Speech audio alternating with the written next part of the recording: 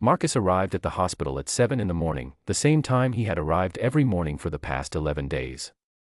He carried two things: a paper cup of coffee from the gas station on the corner of 5th and Leland, and a small Ziploc bag of his mother's favorite peppermint candies, the kind wrapped in green and white foil that she had kept in her coat pocket for as long as he could remember. The candy was useless now. She had not been able to eat anything solid in almost a week. But he brought it anyway. He needed something to carry. The hallway of the 3rd floor smelled the way hospitals always smelled, a clean, chemical smell that sat just underneath everything else, like a lie that was too careful to be believed. The nurses at the station knew him by now. The younger one, Priya, gave him a small nod. The older one, whose name he could never catch from her badge, just moved slightly so he could pass. Room 312. His mother, Celestine Annette Webb, 74 years old, lay in the bed with her eyes closed. Her chest rose and fell in its slow, reliable rhythm. The monitors beside her beeped every few seconds. He had learned not to panic at the sound. In the first 2 days, every beep had made his stomach drop. Now he barely heard them. He sat in the plastic chair beside her. He set the coffee on the small table and held the bag of candy in his lap and just sat. This was what he did. He was not a man who talked much in difficult moments. He had always been that way. His mother used to say that Marcus put his love in his feet rather than his mouth, meaning he showed up, he stayed, he did not leave. She was right. He never left. She stirred at around 8:15. Her eyes opened halfway. She looked at the ceiling first, then slowly to the side, until she found him. "Morning, baby," she said. Her voice was thin, like paper held up to light. "Morning, Mama." He leaned forward and touched her hand. It was warm and dry and felt lighter than it used to. He did not say this. "You bring those mints." He held up the bag. She almost smiled. "I can't eat them." "I know." "Then why you keep bringing them?" He thought about this honestly. "Habit, I guess." She closed her eyes again. "Habit," she repeated, the word small and fond, like she was placing it somewhere safe. He drank his coffee. The room was quiet except for the monitors and the sound of a cart being wheeled somewhere down the hall. Outside the window, the sky was a pale gray with a thin line of orange at the bottom edge where the sun was still deciding whether to fully commit. He thought about Dion. He thought about Dion most mornings now. His younger brother. 31 years old when his heart stopped, quietly and without warning, in the middle of an ordinary Tuesday. No struggle, no warning, just stopped. The doctor said it was a condition he'd had since birth that no one had ever found. A structural problem. A hidden fault in the wall of a house that looks perfect from the outside. Marcus had kept everything from that last week. The text messages. A voice note Dion had sent him 3 weeks before he died, just a funny story about a car that wouldn't start and a grocery bag that broke in a parking lot. He had played it so many times in the months after that he had memorized every pause, every laugh, every breath. And then there was the other voice note. The one Dion sent to his girlfriend, Keisha, not to Marcus, which Keisha had shared with him the day after the funeral, pressing her phone into his hands and saying, softly, he made this for the baby the night before. The baby, Maya, had been 5 weeks old. Dion had adored her in the wide-eyed, slightly panicked way of new uncles who are not sure they are holding the baby correctly but would hold her forever if asked. The voice note was 62 seconds long. Dion humming a melody. No words. Just a soft, 4-note phrase that looped back on itself, gentle and low, the kind of sound you make when you are in a dark room and you want a small person to feel safe. Marcus had never played it for anyone. He had moved it into a folder on his phone, one he had labeled simply with a period, so that it would sit at the very bottom of his files and no one would think to open it. Some things, he had decided, were not meant to be shared. They were meant to be held. He held it the way you hold a stone that fits exactly in your palm. That night, the night shift nurse came in at 10:50. Her name badge said Adiz.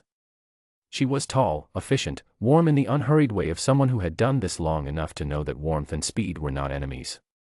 She checked the monitors, adjusted the 4-line, typed something into the small tablet she carried. She did all of this without waking Celestine. Then Celestine woke anyway. She moved against the sheet, her feet restless, her hands searching. This happened sometimes in the night. Marcus would try to say something, press her hand, but she seemed to be looking for something she could not find and he could not name. Adise watched for a moment. Then she pulled a chair close, sat down, and hummed. Low. Easy. For notes that circled back. Marcus's hand went still. He knew that sound. He knew it the way you know the smell of a specific house, the way you know a voice before the person who owns it has even finished saying your name. He knew it in his chest before his mind had finished processing what his ears were receiving. It was the same melody. The same four-note phrase. The same gentle loop. Not similar. Not close. The same. His mother went still almost immediately. Her hands stopped searching. Her feet settled. Her breathing slowed and deepened. The monitors kept their steady rhythm. Adise hummed for perhaps 2 more minutes, and then let the sound taper off into silence, the way a song ends when it knows it has done its work. Marcus looked at his mother's wristband. Celestine Annette Webb. DOB March 14, 1949. Be positive. He read it once. He read it again. He was aware that his hands were pressed flat on his knees, and that this was something he did when he was trying to hold himself together without it being visible. He read the wristband a 3rd time. Adise stood, retrieved her tablet from the small table, and moved toward the door. "Excuse me," Marcus said. His voice came out level. He had spent 2 years learning how to keep his voice level. She turned. Her face was open, unhurried. "Where did you learn that song?" he asked. She thought about this. It was a real pause, the kind that came from actually searching memory rather than filling silence. "Honestly, I don't remember exactly," she said. "I think I heard it somewhere a long time ago. Maybe a patient. Maybe someone at home. Some melodies just, they stay. You know how that happens." Marcus nodded. "Yeah," he said. "I know." She gave him a small smile and left. He sat in the room alone with the sound of the monitors and the quiet breathing of his mother in the space where the melody had just been. He sat there for a long time. He was not a man who rushed through stillness. He let it arrive.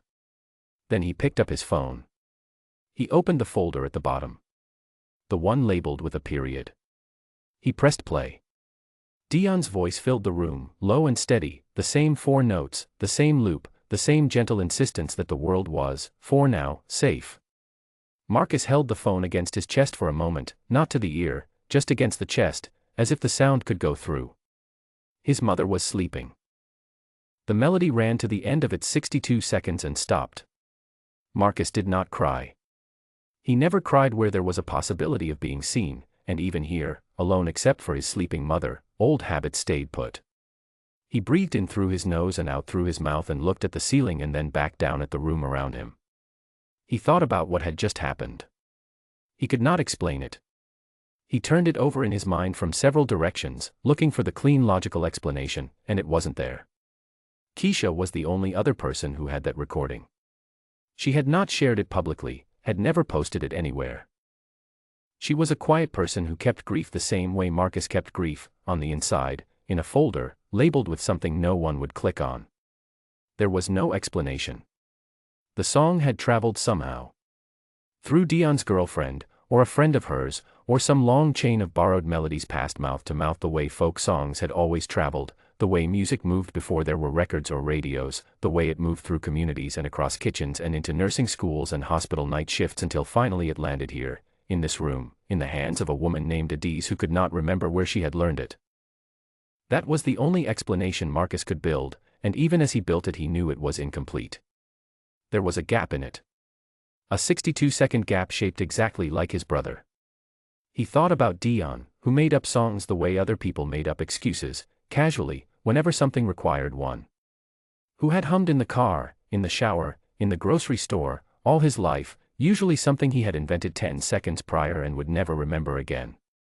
Who had sat in a dark room with a 5-week-old baby girl and invented exactly this particular melody, and pressed record, and sent it to the woman he loved, and then gone to sleep. And now the melody was here. In the room where their mother lay.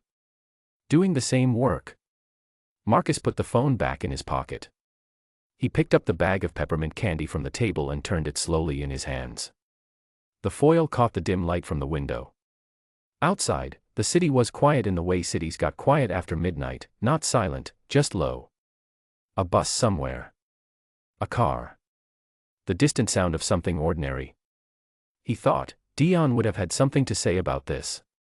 He would have said it with that particular expression he had, half grin, half disbelief, like the universe was always doing something slightly ridiculous and he found it more entertaining than alarming. He would have said something like, "You see what I'm saying? It's all connected, man." He would have said it as if this proved a point he had been making his whole life. Maybe it did. Marcus set the bag of candy down. He looked at his mother, who was sleeping peacefully now, her face relaxed in a way it rarely was when she was awake. She looked younger like this. She looked like the photograph Marcus kept in the top drawer of his dresser at home, the one from 1982, before he was born, before anything that had happened had happened. A woman standing in a backyard in a yellow dress, laughing at something outside the frame. He had never asked her what she was laughing at. He thought he should have. At some point between midnight and 1 in the morning, he fell asleep in the plastic chair. He did not mean to. He never meant to. But the body makes its own decisions when the mind is tired enough, and his body had been tired for 11 days. When he woke, the sky outside was a dark blue just beginning to soften at the edges. His mother was still sleeping. The monitors were steady. The room was the same room it had been, quiet and small and smelling of that careful, clean smell. His phone showed 2 missed texts from his aunt, asking for an update. He typed back a short reply, same. Resting. We'll call later. He got up and stretched his back and walked to the window and looked out at the city in the very early morning. He could see the rooftop of the parking garage across the street, and beyond it a strip of sky that was turning, slowly, from dark blue to something closer to lavender. A single bird crossed it. He watched it until it disappeared behind a building. He thought about what he was going to do with what he knew. He could tell Keisha. He imagined calling her, saying, "A nurse at my mother's hospital was humming Dion's song." He could almost hear the silence on the other end of the line. Not a bad silence. The kind that comes when something is too exact to argue with, too strange to dismiss. He could tell Adiz. He could say, "That melody you were humming, my brother made that up 2 years ago for his niece and died the next day." He imagined her face, that open, unhurried face, receiving this information. He imagined her saying something kind. She seemed like the kind of person who said kind things without making them sound borrowed. But maybe he would keep it a little longer. He had gotten good at keeping things. At holding something carefully in both hands and not putting it down too quickly. Some things needed to be held before they were shared. Some things changed shape if you talked about them before they were ready. This, he thought, was one of those things. He turned away from the window and went back to the chair. He sat down. He picked up the bag of peppermint candy and held it in his lap and looked at his mother's face, still soft with sleep. "He was here," Marcus said quietly. Not loudly. Almost to himself. The words were not meant to wake her. They were just meant to be said, in this room, once. His mother did not stir. The monitors beeped. Outside, the lavender sky kept moving toward morning.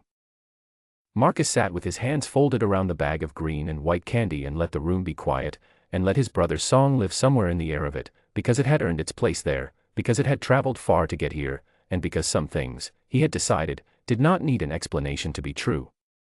They just needed a witness. He was here.